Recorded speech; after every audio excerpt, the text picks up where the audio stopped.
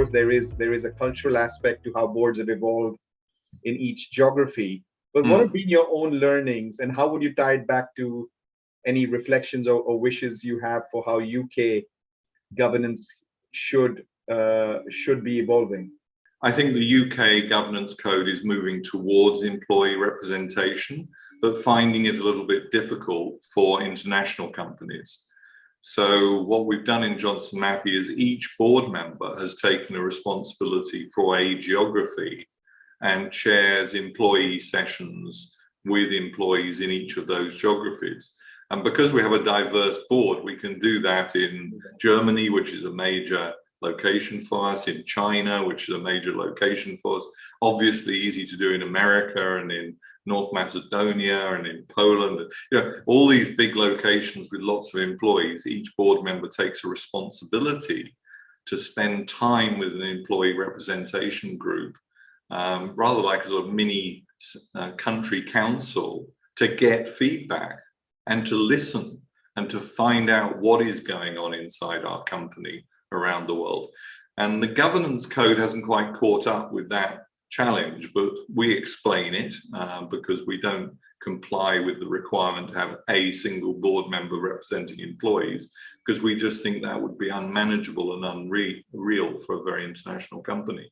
So we're finding ways of adapting and complying with UK code.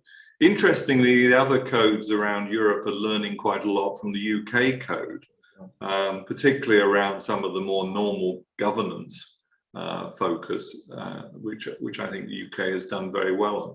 So different countries have different approaches to diversity, which I find quite interesting. Yeah. So the German approach in a number of different legal pieces of work have come up with kind of quotas, which I'm not sure I find terribly helpful, because the only meaningful objective on gender, for example, would be 50-50.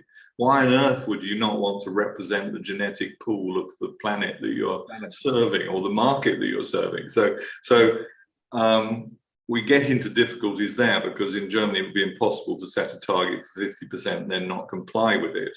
So you end up aiming off dramatically, which doesn't help anybody. But I mean, I think all countries suffer with that from time to time. The Dutch code is very similar to the UK code. The code is there for guidance of the board. And if you're not following it in most countries, you must explain why. And if there's a good reason, nobody has a problem. Yeah. When it comes to societal value, the codes haven't necessarily caught up. And very often it's investors themselves who are directly defining the requirements. And it brings in an important point about diversity. Because, for example, in gender in the UK, if you take the FTSE 100, we haven't achieved 50-50 gender equality. We should achieve that. But on the journey to achieving it, there will be times where companies lower down the FTSE will lose talent to companies higher up the FTSE who are, by definition, highly talented women who are moving up through the system.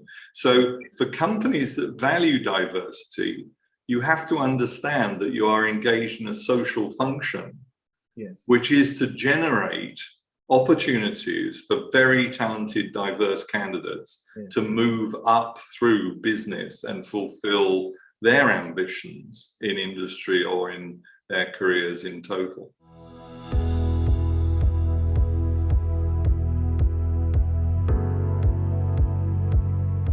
The topic of sustainability and ESG is also an interesting one. We wanted to draw on all the experience of the board members, some of whom have very deep experience in the area of sustainability and governance and in the social aspects of the work that we do. We landed on a societal value committee, which takes the broadest possible meaning and takes all elements of ESG into consideration. And Jane Griffiths, who chairs that, takes all three elements equally seriously, and all are on the standing agenda for that group, and all board members are a member of that group. But what we do is we suck in the compliance expertise, the sustainability expertise, the HR expertise, so that we can talk about in that subcommittee of the board issues such as diversity and our social impact, because as a company that relies upon materials that originally came out of the surface of the planet, we have to be very concerned about origin and sources of materials and understanding the true human impact of mineral extraction. And as we have discovered, this impacts on locations of projects, sources of raw material, procurement, a whole range of functions of the enterprise are affected by a societal value angle, which really challenges what our handprint on the planet is, as well as our footprint. So this concept of handprint and footprint we take very seriously, because fundamentally just about everything we do has a helping hand for our customers. And in fact, we're one of the few companies that has actually set goals for emission reduction for our customers rather than just for ourselves.